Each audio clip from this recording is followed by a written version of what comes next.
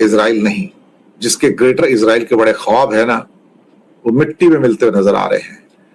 सच कहा जाए तो गल्फ के रीजन का नया दादा इजराइल नहीं, ईरान होगा। न ट्रंप के पास कोई ऑप्शन है, ना नेतन्याहू के पास कोई ऑप्शन है। यही एंड रिजल्ट है जो मैं आज आपको बता रहा हूं। भले ही वो उसके ऊपर एटम बम गिरा दे, लेकिन 10 करोड़ के ईरानी घुटने नहीं टेकेंगे। अमेरिका का जो भी मिलिट्री जो क्या कहते हैं कि पूरा का पूरा डोमेन है, जो उसका सैनिक अभियान है, रजीम चेंज का उनका जो टारगेट है, वो कहीं से भी पूरा होता हुआ नजर नहीं आ रहा है। और ट्रंप के द्वारा बार बार ये कहना कि बिना शर्त अनकंडीशनल सरेंडर करो, तुम्हारे पास कोई ऑप्शन नहीं है। सच बात तो यह है कि अमेरिका के पास कोई ऑप्शन नहीं बचा है। आज ईरान ने ऐसा धोबी पछाड़ मारा है ट्रंप को कि ट्रंप के पास बचने के लिए सांस लेने को जगह नहीं है। आयतुल्ला खमनई चले गए तो क्या हो गया, उनके पास जो एक डिस्ट्रीब्यूटेड कमांड स्ट्रक्चर है वो बिल्कुल इंटैक्ट है। एक गया तो दूसरा, दूसरा गया तो तीसरा, तीसरा गया तो चौथा। ये कमांड स्ट्रक्चर इराक में नहीं था जब अमेरिका ने अटैक किया था, लेकिन यहां पर है। हर डिस्ट्रिक्ट के अंदर, हर जोन के अंदर उनका कमांड स्ट्रक्चर है। ट्रंप चाहते हैं कि ईरान के अंदर जो नया राष्ट्रपति होगा वो उनकी चॉइस का होगा, जो उनके गुलामी के तौर पर, उनके गुलाम के तौर पर वहां पर राज करेगा। लेकिन मुज्तबा खमेनी को उत्तराधिकारी के टेम्पररी के तौर पर घोषित किया गया। उसने कहा कि भैया जाओ काम करो, हमारा कंट्री हम रूल करेंगे, तुम कौन होते हो हमारे कंट्री को रूल करने वाले। उधर ट्रंप अपने दावा किया कि ईरान ने अपने पड़ोसियों से माफी मांग ली और वादा किया कि उन पर हमला नहीं करेगा, तो ईरान को वो एक loser of the middle east करार दे दिया है, लूजर ऑफ मिडिल ईस्ट। और खाड़ी देशों की जो स्थिति है उसको लेकर यूएई हो, कतर हो, बहरीन हो, सऊदी हो, ओमान हो, सभी अपनी सुरक्षा को लेकर चिंतित हैं। वो सीधे तौर पर ईरान के पक्ष में तो नहीं खड़े हैं, लेकिन कतर ने चेतावनी दी है कि अगर ये युद्ध खत्म नहीं हुआ और कुछ हफ्ते, तो पूरी की पूरी दुनिया की इकोनॉमी को डिरेल करने के लिए वो काफी है। इजराइल इस समय जिस ढंग से जो भी बंकर बस्टर बम का इस्तेमाल कर रहा है ताकि उसकी एटॉमिक पावर को नष्ट कर सके, लेकिन उससे उसका जज्बा नष्ट नहीं होगा। लेकिन अमेरिका चाहता है कि ईरान को नया दादा बनने की बजाय उसे सैन्य रूप से पूरी तरह से पंगु बना दिया जाए, लेकिन ये होने वाला नहीं है ना। क्योंकि जो लोग कहते हैं कि बारूद से आप राज कर सकते हो, तो बारूद से आप राज तो नहीं कर सकते दुनिया पे कहीं पे। राज तो भैया वही करता है जिसके पास जज्बा होता है। और अमेरिका के पास तो एक चीज बड़ी प्रचुर मात्रा में है कि अमेरिका तो पुराना भगोड़ा भैया, कायर भी है। उसके सैनिक हमेशा भाग जाते हैं। उनके सैनिकों में फाइट करने का वो पैशन और जज्बा नहीं है जो भाई साहब अफगानी लोगों के अंदर है या ईरानी लोगों के अंदर है। ये बिल्कुल बिल्कुल सच बात है। ट्रंप के पास कोई ऑप्शन बचा नहीं है सिवाय इसके कि व्हाइट हाउस में बैठ के अपने बाल नोच ले या उसके हाथ में उसरा दे दो तो अपना गला काट लेगा। क्योंकि उसको पता लग जाएगा कि मैं जहां पे आके अटका हूं आज की डेट में, ईरान के अंदर ये एक ऐसी दलदल है, जितना मैं इससे बाहर निकलूंगा मैं उतना धंसता चला जाता हूं।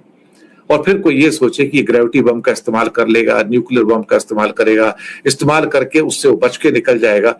तो भैया एक बात को ध्यान रखना, अगर आपने कहीं एटम बम का इस्तेमाल कर लिया तो जैसे आपने मादुरो को वेनेजुएला से घसीट कर बाहर निकाला था ना कुत्ते की तरह, अमेरिका की जनता आपको व्हाइट हाउस से वैसे निकाल कर लेके जाएगी और फिर आपका क्या हाल करेगी आपको पता नहीं।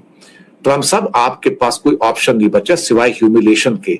आपके पास कोई इस समय एक भी इस किस्म की क्या कहते हैं कि ऑप्शन नहीं है जिसमें आप कह सको कि आप कयामत की रात लाके किसी को बर्बाद कर सको। आपकी वो ताकत खत्म हो चुकी है। आप सुपर पावर नहीं हो, आप एक गुब्बारा हो, आप एक बुली हो, और एक बुली के अलावा कुछ नहीं है। आप हर आदमी को इंटिमिडेट नहीं कर सकते। दुनिया ने देख लिया कि ईरान जैसे छोटे देश ने ट्रंप और अमेरिका के अभिमान को मिट्टी में मिला दिया है। मिट्टी में ऐसा धोबी पछाड़ मारा कि आज उससे उठने की उसके अंदर ताकत नहीं बची है और वो अपने जख्मों को सहला रहा है इजराइल के साथ बैठ के। हो सकता है नेतन्याहू को कोस रहा हो कि तूने मुझे किस दलदल में फंसा दिया। एक बात बिल्कुल पक्की है, मैं आपको दावे के साथ कह सकता हूं, अमेरिका इजराइल को छोड़कर भाग जाएगा। उसे भागने की आदत है। वो वियतनाम छोड़ के भी भागा था, वो अफगानिस्तान छोड़ के भी भागा था, वो इस जंग को भी छोड़ के भागेगा। उस एक तरह से ईरान के पक्ष में युद्ध में कूद चुका है। ठीक है, वो सामने नहीं आ रहा है, वो अपनी सेना नहीं उतार रहा है, ईरान के पक्ष में खड़े होकर लड़ाई नहीं लड़ रहा है, लेकिन वो ईरान को ऐसी सूचनाएं दे रहा है, ऐसी खुफिया जानकारी दे रहा है जिससे ईरान सटीक हमले कर पा रहा है अमेरिकन एसेट्स पर या अमेरिका के जो सहयोगी देश हैं, अरब मुल्क हैं, उनके ठिकानों पर, सैन्य ठिकानों पर वो बहुत ही प्रिसिसिव हमले कर रहा है और उसके ज़बरदस्त इम्पैक्ट देखने में आ रहे हैं।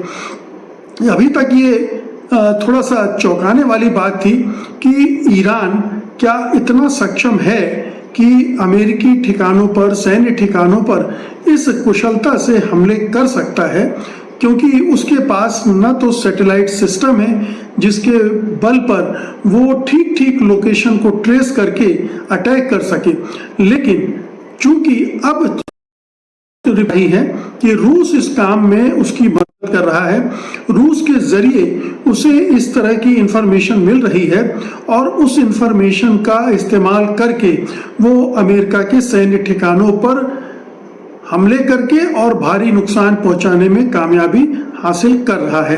तो ये एक बड़ा झटका है अमेरिकी राष्ट्रपति को, डोनाल्ड ट्रंप को, क्योंकि अगर ईरान के पीछे रूस जैसा देश खड़ा हो जाता है जो कि न्यूक्लियर पावर भी है और तमाम तरह के हथियारों के मामले में वो काफ़ी अग्रणी भी है, और इसी तरह से दूसरी ओर चीन भी, अगर अभी तक तो चीन के बारे में रिपोर्ट सामने नहीं आई है, लेकिन चीन के जो सैटेलाइट सिस्टम हैं वो बहुत मजबूत हैं, बहुत ताकतवर हैं, और ये हमने ऑपरेशन सिंदूर के दौरान भी देखा कि किस तरह से चीन ने पाकिस्तान की मदद की, और वो पाकिस्तान जो भारत से लड़ने में के मामले में उतना सक्षम नहीं था, भारत के कई राफेल विमानों को गिराने में कामयाब हो गया।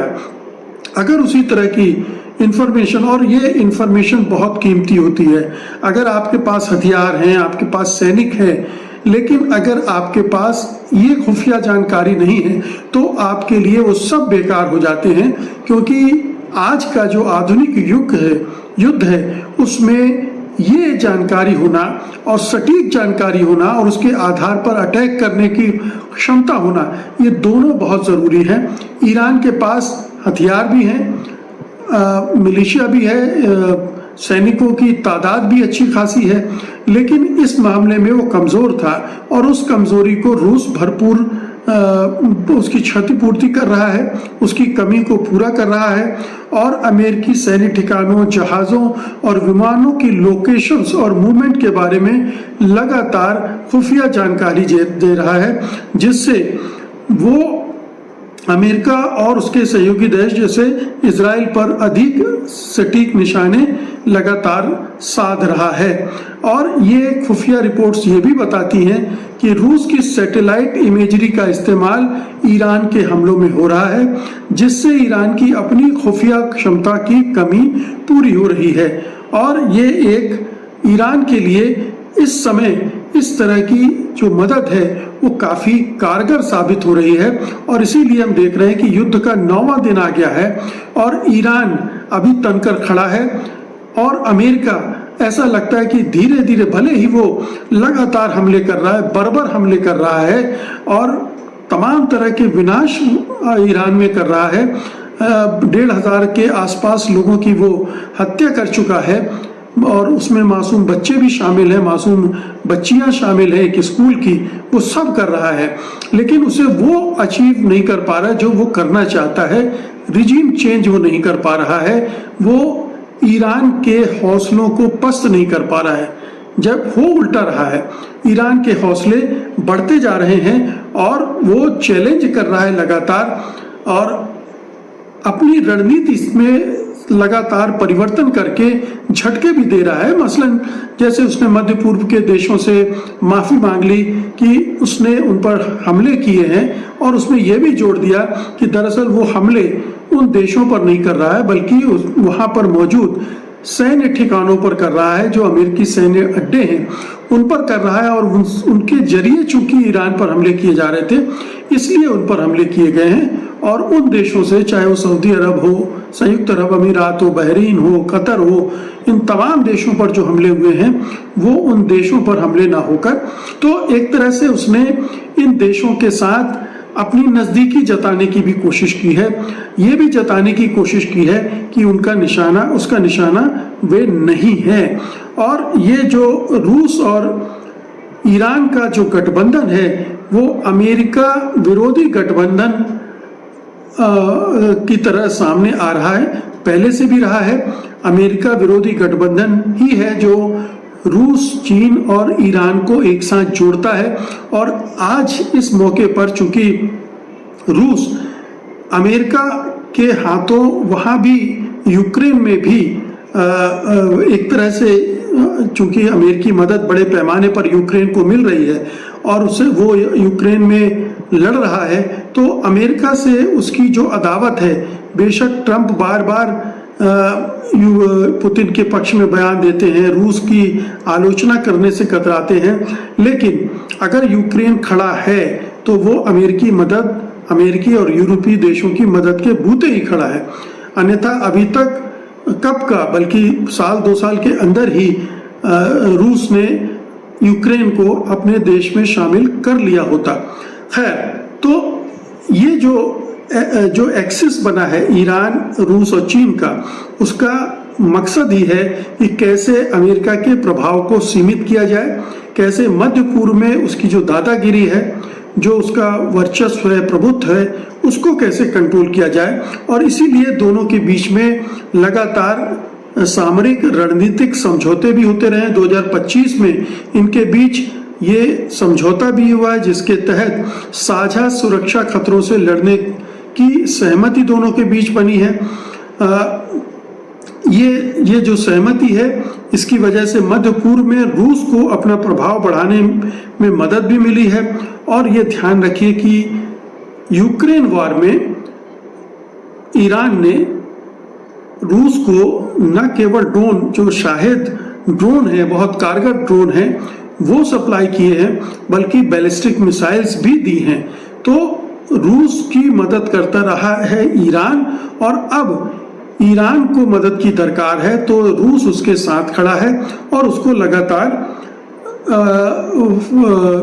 इंफॉर्मेशन से मजबूत कर रहा है। और हमें ये पता नहीं है, लेकिन ये माना जा रहा है कि वो कई और तरह से भी मदद कर रहा है। उसको जो एंटी मिसाइल सिस्टम है रूस का, S-400 वगैरह, ये भी देने की बात हो रही है, और भी तरह के संसाधन देने की बात हो रही है, और उससे ईरान को बहुत मदद मिल रही है। तो एक तो ये पक्ष है। रूस के इसमें शामिल हो जाने से अमेरिका को भारी नुकसान हो रहा है, ये भी एक बात है। दूसरी बात ये है कि रूस के शामिल होने से ईरान की जो रणनीति है युद्ध को लंबा खींचने की, वो उसमें कामयाब हो रहा है। 9 दिन हो गए हैं और अमेरिका अभी तक कुछ अचीव नहीं कर पाया है, सिवाय 28 फरवरी को जो हमला किया था, जिसमें अली खामेनेई की हत्या कर दी थी और 40